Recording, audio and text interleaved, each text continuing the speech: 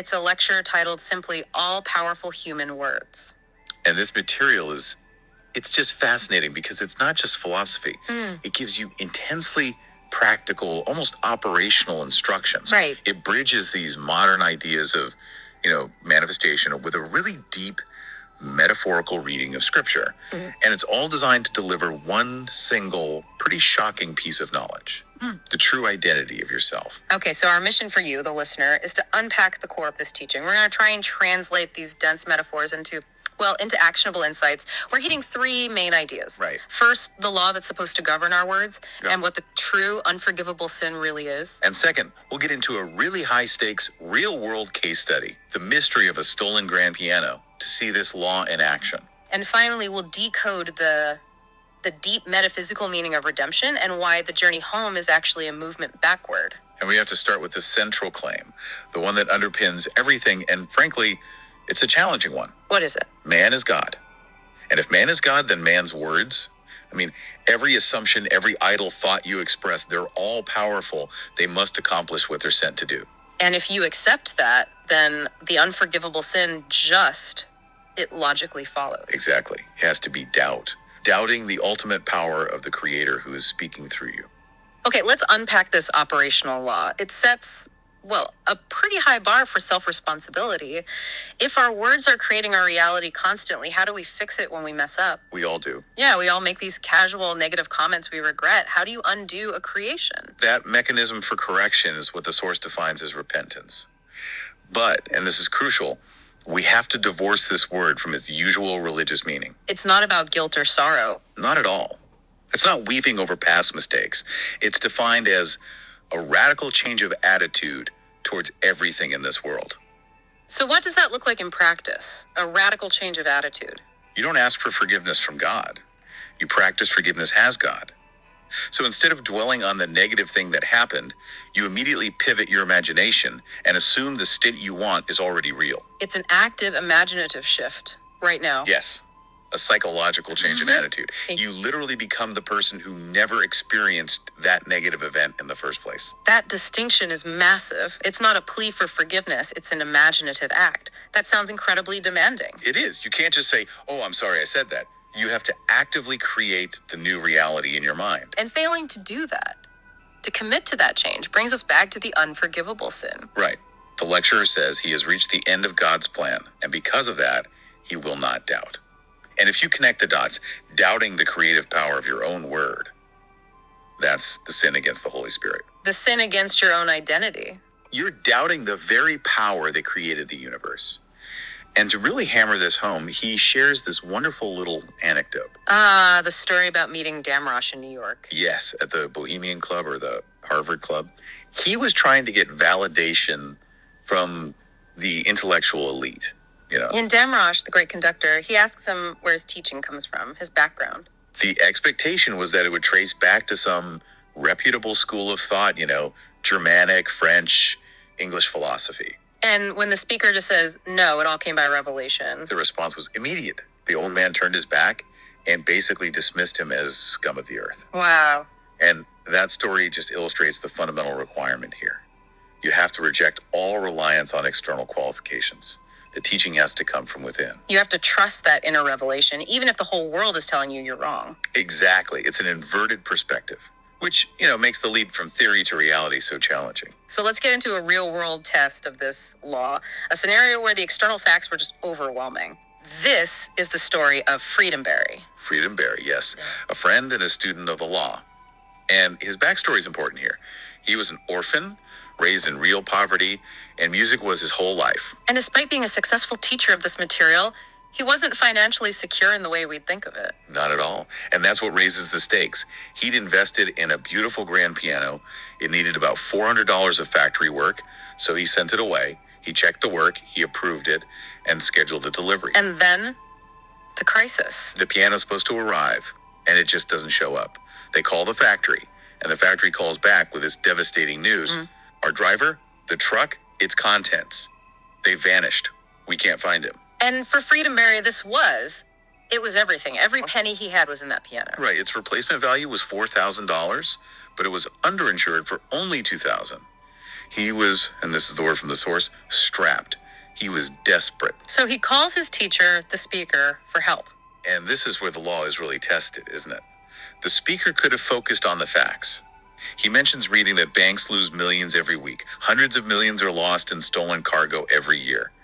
The facts screamed, it's gone forever. But applying the law means you have to ignore the facts. That's the whole radical change of attitude thing. That's repentance. Exactly. So the speaker chose to assume the desired end.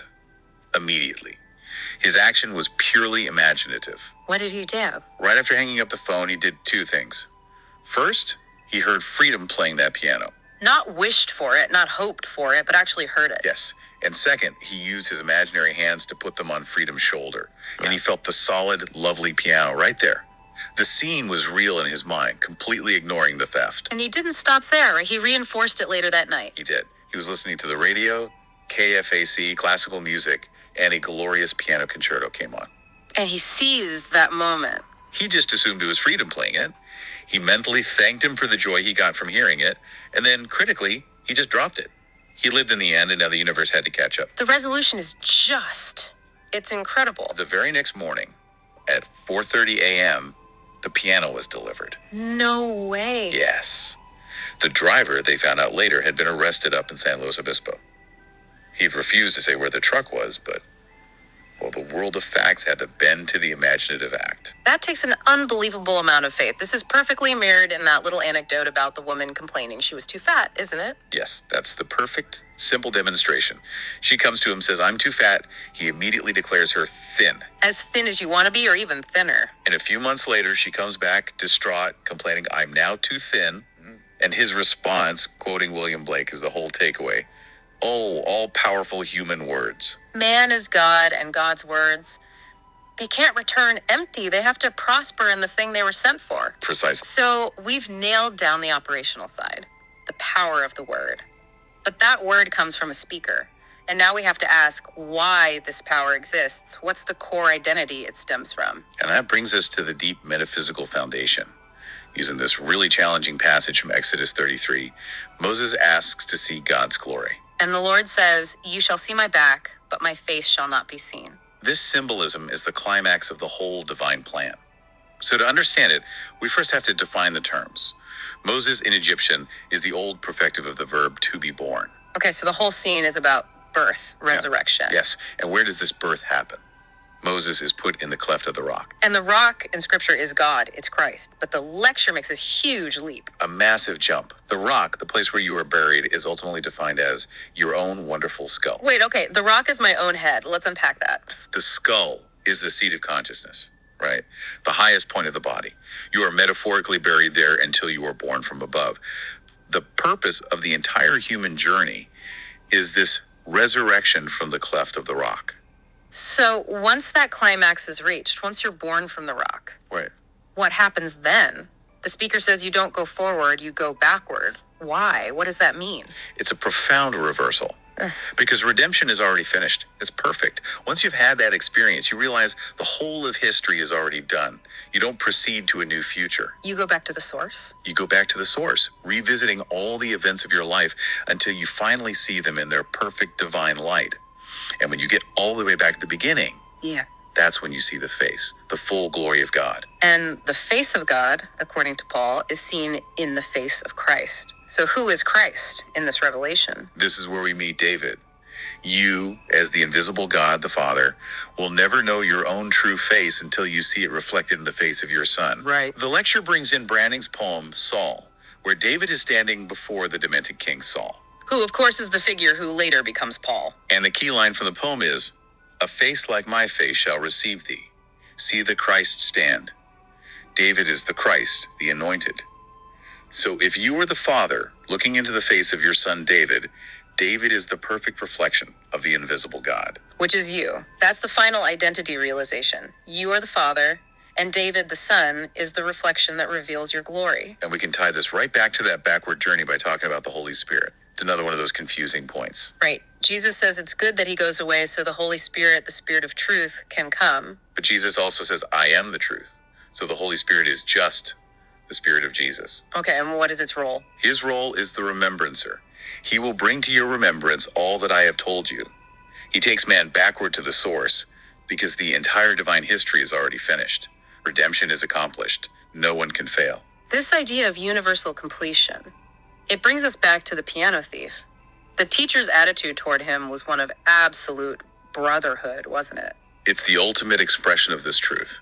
Despite the criminal act, the speaker insists he too is God, and behind that mask of the thief, he is my brother. Because all of humanity together forms God. The plural Hebrew word, Elohim.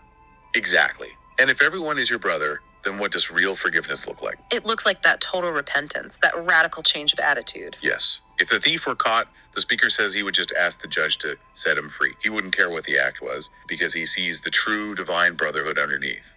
The faith is that God, the great artist, resolves all discords, stealing, murder, everything into a final harmony. So to recap for you, the learner, we've got the unparalleled power of your own imagination as the foundational law. The absolute necessity of ignoring the facts, because doubt is the only real sin. And this profound revelation of your identity. You are the invisible God, the Father, whose glory is revealed when you see your face reflected in your son, David. And we should end with the description of the final state of existence after this resurrection, because it gives us the ultimate application. Resurrection body. Resurrection body is a perfect body. And here's a line. The kingdom of heaven is not a place, it is a body. A body that, wherever you are clothed in it, just perfects everything around it. Nothing is dead or imperfect when you wear that state of being. And in contrast, anyone who dies before that climax is simply restored to a new, young terrestrial body to continue the journey. But the ultimate realization is that perfection is a body, a state you wear that changes the world. Which leaves us with a provocative thought for you to ponder. The teacher, Jesus, says that when he disappears, he goes back to the Father, and the Father is in you. So if the end of the divine plan is realizing that the kingdom of heaven is a body that perfects everything around it, what immediate changes could you make in your world right now, just by deciding to wear that perfect state of being, that perfect attitude of unwavering faith now?